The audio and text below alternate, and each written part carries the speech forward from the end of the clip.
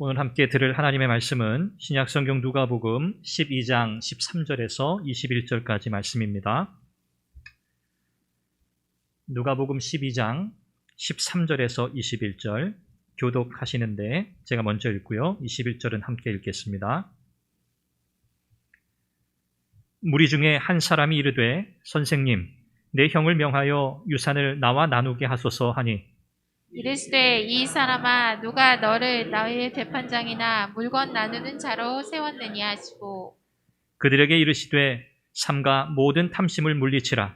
사람의 생명이 그 소유에 넉넉한 데 있지 아니하니라 하시고 또 비유로 그들에게 말하여 이르시되 한 부자가 그 밭에 수출이 풍성하매 심중에 생각하여 이르되 내가 곡식 쌓아둘 곳이 없으니 어찌할까 하고 또 이르되 내가 이렇게 하리라 내 곡간을 헐고 더 크게 짓고 내 모든 곡식과 물건을 거기 쌓아두리라. 또 내가 내 영혼에게 이르되 영혼아 여러 해 쓸 물건을 많이 쌓아두었으니 평안히 쉬고 먹고 마시고 즐거워하자 하리라 하되 하나님은 이르시되 어리석은 자여 오늘 밤에 내 영혼을 도로 찾으리니 그러면 내 준비한 것이 누구의 것이 되겠느냐 하셨으니 자기를 위하여 재물을 쌓아두고 하나님께 대하여 부유하지 못한 자가 이와 같으니라. 아멘. 하나님께서 저와 여러분들에게 주신 것이 참 많습니다. 정확히 말한다면 모든 것을 다 하나님이 주셨죠. 우리의 생명도, 오늘 우리가 가지고 있고 누리고 있는 것들, 그것이 크든 작든 상관이 없습니다. 모든 것이 다 하나님의 은혜인 줄로 믿습니다. 그래서 우리는 이걸 선물이라고 얘기해요. 하나님이 우리에게 값없이 부어주신 은혜지요. 하나님이 우리를 하나님의 자녀 삼으시고요. 하나님이 우리를 변함없이 돌보신다고 약속하시고요. 또 우리에게 변함없이 은혜를 공급하시겠다고 약속하셨어요. 이것이 하나님의 자녀인 저와 여러분들이 누리는 특권인 줄로 믿습니다. 세상의 창조주께서, 온 세상의 주권자께서 오늘 저와 여러분들을 돌보고 계세요. 그분이 우리에게 날마다 은혜를 주신다고 약속하셨어요. 여러분 힘이 나십니까? 네, 이것이 여러분들에게 위로가 되기를 바라고요. 여러분들에게 소망이 되기를 바랍니다.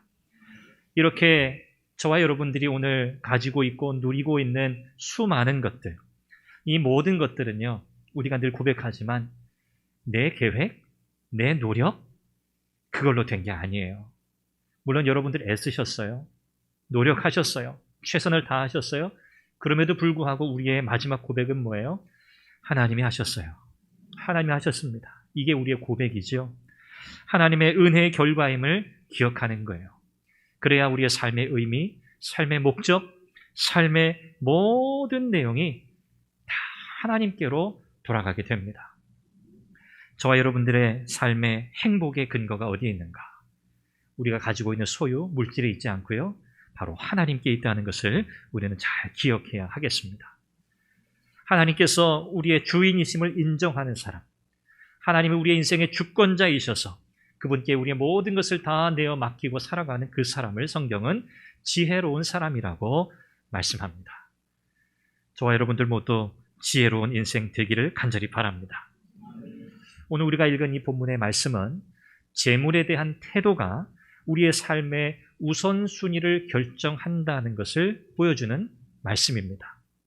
우리가 재물을 어떻게 생각하느냐에 따라서 우리의 삶의 내용이 달라진다는 것이죠. 모든 것의 공급자이신 하나님께 초점을 맞추고 하나님을 바라며 살아가는 삶이 저와 여러분들에게는 몇 순입니까? 최우선순위입니다. 그렇죠? 최우선순위라고 표현하기보다는 영순위라고 저는 그렇게 늘 표현해요. 영순위. 이건 사실은 선택의 문제이긴 하지만 이것을 우리가 다른 것과 비교할 수 없어요. 하나님의 자녀인 저와 여러분들에게 이와 같이 하나님께 초점 맞춘 삶을 사는 것이 가장 중요한 일인데 이 일에 가장 걸림돌이 되는 것이 있습니다.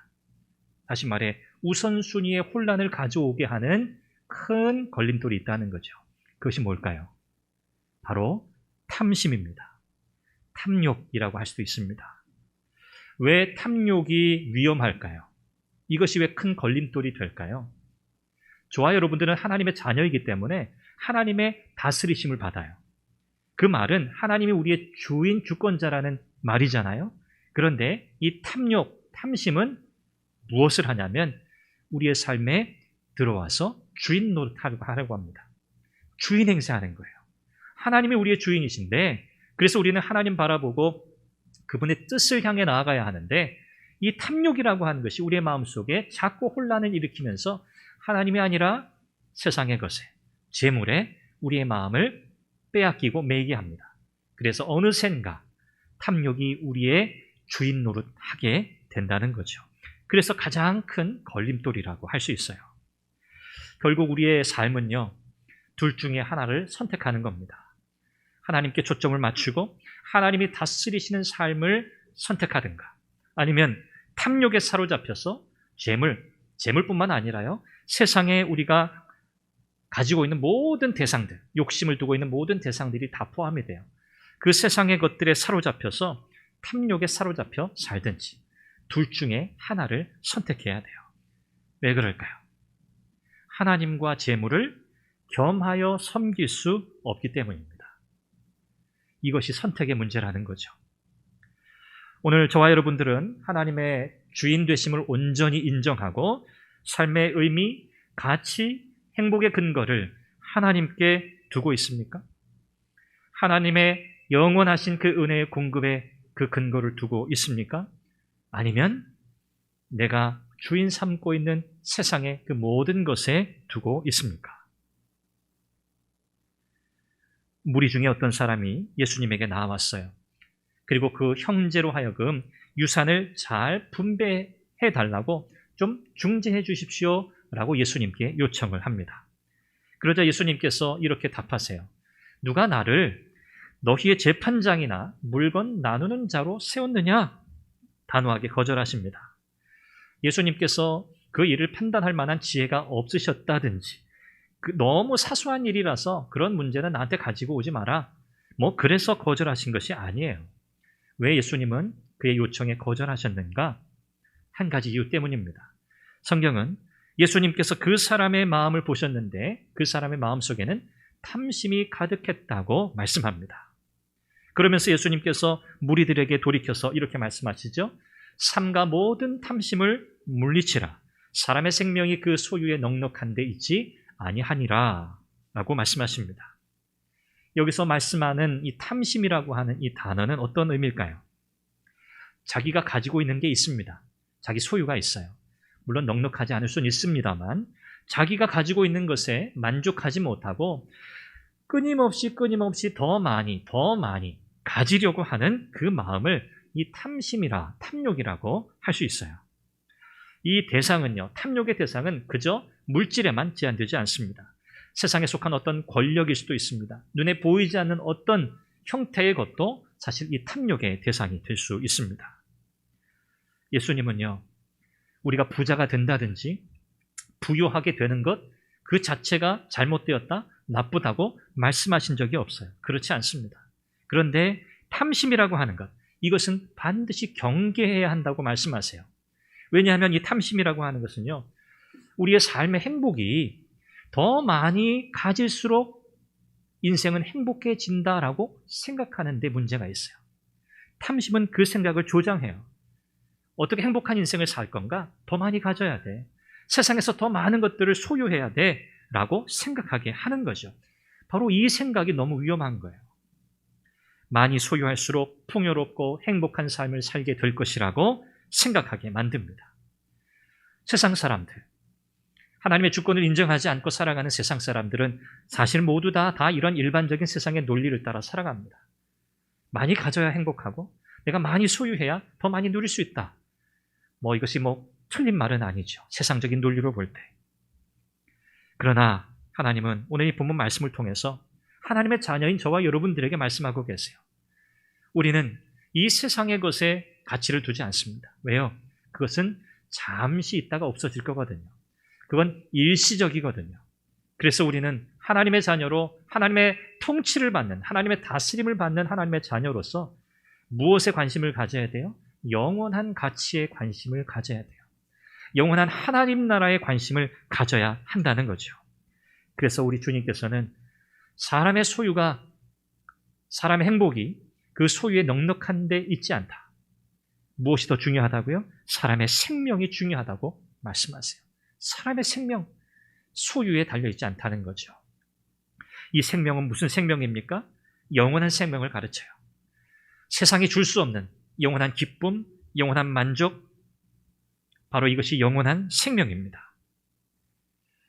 저와 여러분들의 시선은 어디에 고정되어 있습니까? 영원한 하나님 나라를 바라보시며 그 하나님 나라의 영원한 가치를 추구하며 살고 계십니까? 아니면 여전히 우리는 이 세상의 것에 매여 있습니까? 오늘 예수님은 어떤 부자의 비유를 통해서 하나님 나라 백성으로서 우리가 어떤 삶을 살아야 할지, 특별히 재물에 대해서 우리가 어떤 태도를 가져야 할지를 말씀하고 계세요. 세상의 가치가 아니라 하나님 나라의 영원한 가치를 위해 추구하고 살아야 할 것을 우리에게 가르치고 계시는 거죠. 예수님이 말씀하신 비유의 배경은 간단히 이렇습니다. 어떤 부자가 있어요. 이 부자는 열심히 일했던 것으로 보입니다. 그가 소출을 많이 내었어요.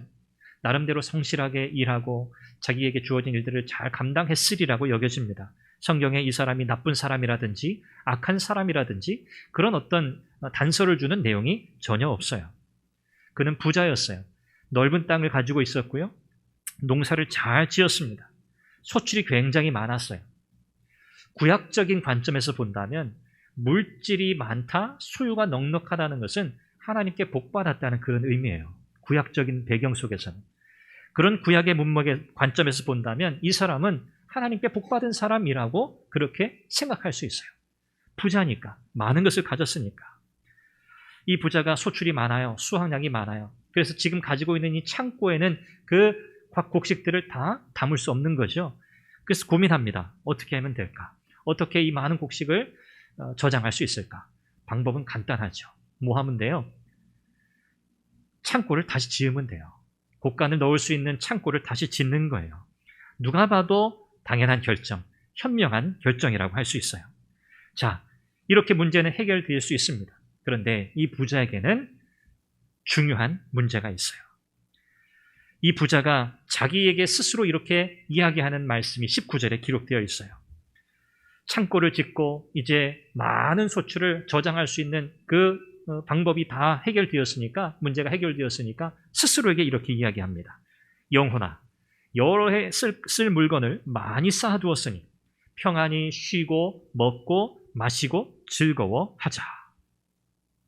문제를 다 해결하고 나니까 이제 걱정거리가 없어진 거죠. 그리고 이제는 무엇에 주목하기 시작합니까? 이제는 즐길 것을 생각합니다. 내가 어떻게 유흥생활을 할 것인가?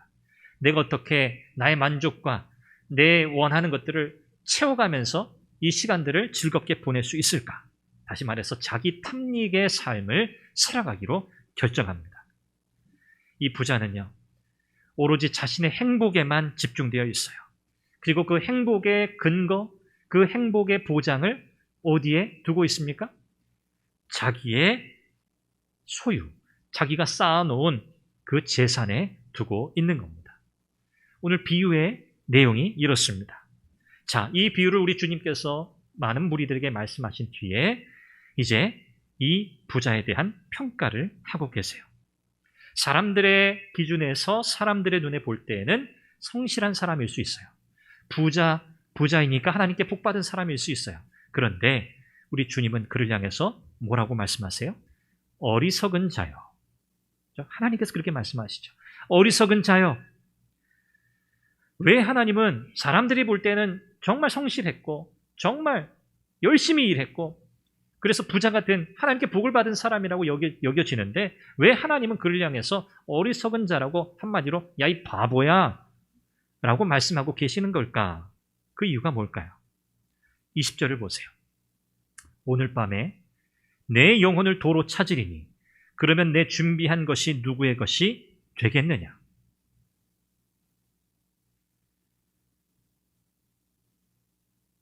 만약에 이 부자가 자기가 언제 죽을 것을 알았다면 오늘 밤에 내가 죽는구나 라는 것을 알았다면 이렇게 참고 짓고 먹고 마시고 즐기자 할 수 있었을까요? 그 진짜 바보죠. 내가 오늘 밤에 죽는데 그게 분명한데 그럴 수 없었을 거예요. 이 부자가 왜 어리석은가?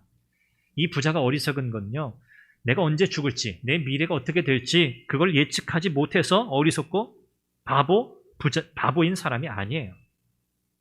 사람이 여러분 언제 죽을지 어떻게 알아요? 혹시 그 날과 때를 받아놓으신 분이 계십니까? 없어요. 그건 우리 소관이 아니에요. 언제 죽을지 아무도 몰라요. 만약에 이게 어리석은 일이었다면 우리는 모두 어리석은 사람이에요. 왜? 우리는 다 언제 죽을지 모르니까. 이 부자의 문제는 그게 아니에요.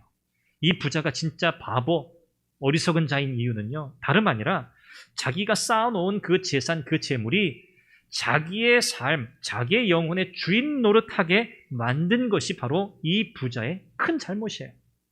그런데 그 부자는 이렇게 생각하겠죠. 야, 이 많은 재물, 이 많은 재산이 다 내 거야. 내가 이 재물의 주인이야. 라고 이야기했겠죠. 그렇게 생각해서 먹고 마시고 즐기자. 라고 이야기했겠죠. 그런데 실상은 그렇지 않아요. 이 재물이 이 부자의 주인 노릇하고 만 거예요. 부자는요, 자신이 소유하고 있는 것이 이 세상에서 잠시뿐이라는 것, 그가 가지고 있는 것들 아무것도 아니라는 것을 깨닫지 못했어요. 그가 가지고 있는 것은 무엇이든지 간에 심지어 그의 생명까지도 누구에게서 받은 거예요? 하나님께로부터 받았다는 것을 알지 못했어요. 언제라도 진짜 주인이 요구할 때 반환해야 하는 거예요. 진짜 주인이 누구예요? 하나님이죠. 생명의 주인, 모든 것의 주인이신 그 하나님께서 소환하면 우리는 무조건 다 내놓아야 하는 사람이에요. 이 부자는 그 사실을 깨닫지 못했습니다. 내 영혼을 도로 찾으리니, 내 영혼을 도로 찾으리니. 이 표현이 조금 어려운 표현이에요. 원래 원문의 의미를 이렇게 번역해 보면 그것들이 너의 영혼을 요구한다, 이런 뜻이에요. 문자적으로 그것들이 내 영혼을 요구한다.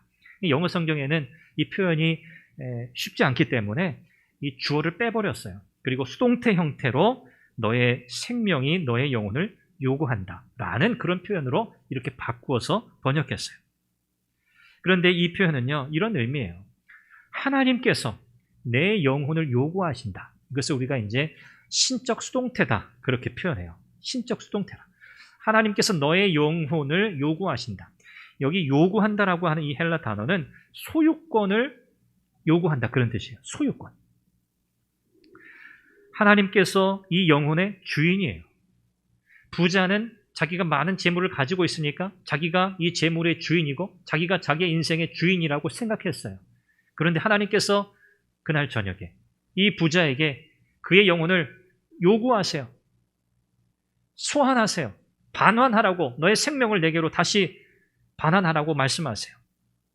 왜요? 하나님이 진짜 주인이니까요. 부자는 그 사실을 알지 못했어요. 진정한 주인이 하나님이시기 때문에 우리는 이 말씀에 주목해야 돼요. 미래를 예측하지 못한 것이 어리석은 게 아닙니다. 그러면 우리가 다 어리석은 사람이라고 그랬죠? 이 부자의 어리석음은 재물이 가지고 있는 이 본성, 그 속성을 제대로 이해하지 못한 거예요. 재물은 중립적인 거예요. 나쁜 게 아닙니다. 악한 게 아니에요. 하나님께서 저와 여러분들에게 잘 활용하도록 주신 은혜의 선물이에요. 그래서 중요한 건 우리가 가지고 있는 것들을 어떻게 사용하느냐, 그게 중요한 거예요. 내게 주신 생명, 내게 주신 시간, 재능, 물질, 돈, 힘, 그 모든 것을 우리가 어떻게 주인이신 하나님의 뜻에 맞게 사용하느냐, 우리의 관심은 거기에 있어야 한다는 거죠. 그러면서 뭘 경계해야 돼요? 탐심을 경계해야 돼요. 탐심이 뭐라고요? 하나님이 아니라 우리의 행복의 근거를 어디에 두는 거예요? 내가 가지고 있는 소유, 물질, 권력에 두는 거예요. 그게 탐심이에요. 이걸 우리는 계속 경계하며 살아가야 돼요. 오늘 주님께서는 이 비유의 결론적으로 21절에 이렇게 말씀하세요. 자기를 위하여 재물을 쌓아두고 하나님께 대하여 부요하지 못한 자가 이와 같다. 여러분, 다시 말씀드리지만 여러분들이 성실하게 열심히 최선을 다해서 일하셔서 거기에 대한 대가를 얻는 것, 그 결과 물질이 늘어나고 여러분의 소유가 늘어나는 것, 전혀 문제가 아니에요. 그 자체가 문제가 아닙니다. 그건 하나님께서 여러분들에게 은혜로 주시는 복이에요. 선물이에요. 중요한 건 뭐예요? 하나님이 보실 때 부유하지 못한 자가 되는 게 문제예요. 하나님이 보실 때 부유하지 못한 자, 이런 사람이 어떤 사람일까요? 이런 사람이 어리석은 사람이죠. 세상 재물에 행복의 근거를 두는 사람이에요. 그러면서 끊임없이 염려하며 사는 사람이에요. 내가 더 가져야 되는데, 내가 더 가지지 못해서 이것도 못하고 저것도 못하고 불안하고 염려하고 더 가지기 위해서 애쓰는 그런 삶을 사는 사람, 이런 사람이 하나님 앞에서는 부유하지 못한 사람이에요.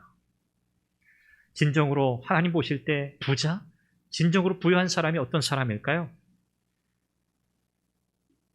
자기의 영혼에 생명을 공급하는 일을 가장 중요한 일로 여기는 사람이에요. 물질이 아니에요. 내 영혼에 가장 관심을 가지는 사람, 내 영혼이 하나님 앞에 바르게 서기 위해서 정말 애쓰고 몸부림치면서 하나님의 뜻을 구하며 나아가는 그 사람, 그 사람이 하나님 보실 때는 진정으로 부유한 사람입니다. 이 사람은요, 염려하지 않아요. 왜 그렇습니까? 재물이 많아서요? 쌓아둔 게 많아서요? 가진 게 많아서요?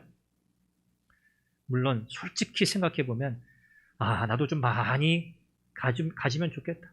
쌓아둔 것이 많으면 좋겠다. 그런 생각 저도 들어요. 여러분 그런 생각 안 하세요? 네, 솔직해야죠. 그런 생각해요. 내가 더 많으면 이런 거 저런 거 염려 안 해도 될 텐데. 그렇죠? 그건 뭐 우리 다 똑같습니다. 더 많이 가졌으면, 더 많이 쌓아두었으면 좋겠다는 생각을 해요. 그런데 그게 우리의 행복의 근거가 아니잖아요. 그렇죠? 우리의 행복의 근거는 세상에 많은 걸 쌓아두어서 행복한 게 아니에요. 그래서 물질적으로 부족함이 없어서 행복한 게 아니죠. 우리가 염려하지 않고 진정으로 행복할 수 있는 이유는 하나님께서 우리의 모든 필요를 아시고 하나님께서 우리의 공급자가 되신다는 것을 믿기 때문이에요. 여러분 믿으세요? 저도 이 믿음이 흔들리지 않게 해달라고 기도합니다. 여러분 이것이 하나님의 자녀인 저와 여러분들의 믿음이어야 해요. 그렇구나. 내가 행복한 이유는 하나님께 있구나. 하나님이 내 모든 것을 아신다는 것, 그리고 그분이 내게 가장 좋은 것으로, 가장 적절한 것으로 하나님이 채워주실 거라고 하는 그 확신, 믿음, 이것이야말로 정말 지혜로운 인생을 사는 사람이에요. 하나님 앞에서 진정으로 부유한 사람이라고 성경은 우리에게 말씀하고 있습니다. 공중의 새, 예수님께서 말씀하신 또 비유죠. 공중의 새는 창고도 없어요. 하나님이 다 기르세요. 들의 백합화? 그들이 실을 가지고 그들이 입을 옷을 짜서 입습니까? 아니에요. 하나님이 입히신다고 말씀하죠. 하나님은 하나님의 자녀들을 먹이고 입히세요. 여러분, 이 믿음을 가지고 하나님 앞에 살아가는 사람, 그 사람이 진정으로 어떤 사람이라고요? 부유한 사람이라는 거죠.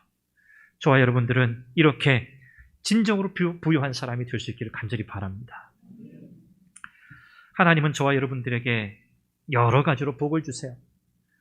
때로는 많이 주시기도 하고 때로는 적게 주시기도 합니다. 때로는 아무것도 안 주신 것처럼 느껴질 수도 있습니다. 그러나 이렇든 저렇든 간에 우리는 늘 지혜로운 선택을 해야 돼요. 누가복음의 저자인 누가는 누가복음 1장에서 데오빌로라는 사람에게 이 복음서를 쓰고 있습니다. 수신자죠. 그리고 누가복음 전체를 통해서 또 특별히 오늘 이 본문의 말씀을 통해서 누가는 수신자였던 데오빌로에게, 그리고 이 말씀을 오늘 마주하고 있는 저와 여러분들에게 이렇게 말하고 있다고 저는 생각해요. 사랑하는 형제여, 당신의 삶을 오직 하나, 영원하신 하나님께 맞추십시오. 사랑하는 형제, 사랑하는 자매 여러분, 여러분의 삶을 오직 하나, 하나님께 맞추십시오. 영원하신 하나님께 맞추십시오. 이것이 저와 여러분들이 이 땅에서 지혜롭게 살아가는 방법입니다. 하나님께서 우리의 공급자시고요. 하나님 우리의 인생의 주인이세요. 이 세상의 것 하나님이 우리에게 누리도록 허락하셨어요. 이거 우리가 누려야 돼요. 여러분 누리는 거 잘못된 게 아닙니다. 여러분 누리세요. 그러나 탐심에 잡히지 않기 위해서 여러분 늘 주의하셔야 돼요. 이 유혹은요 강력합니다. 강력해요. 타협거리도 많아요. 그래서 정말 기도해야 돼요.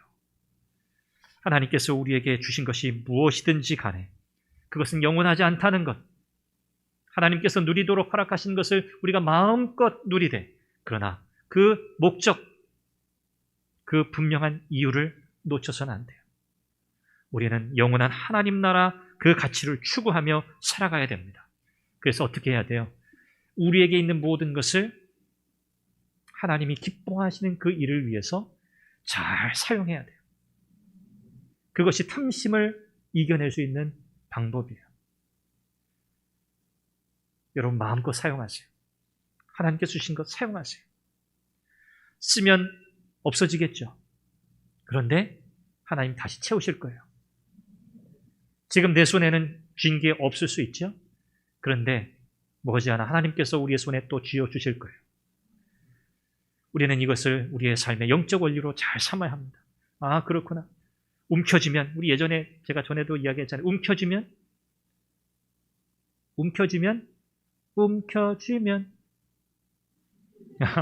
바로 나와야 되는데 움켜쥐면 없어지고, 쓰고 빌려주면 풍성해져.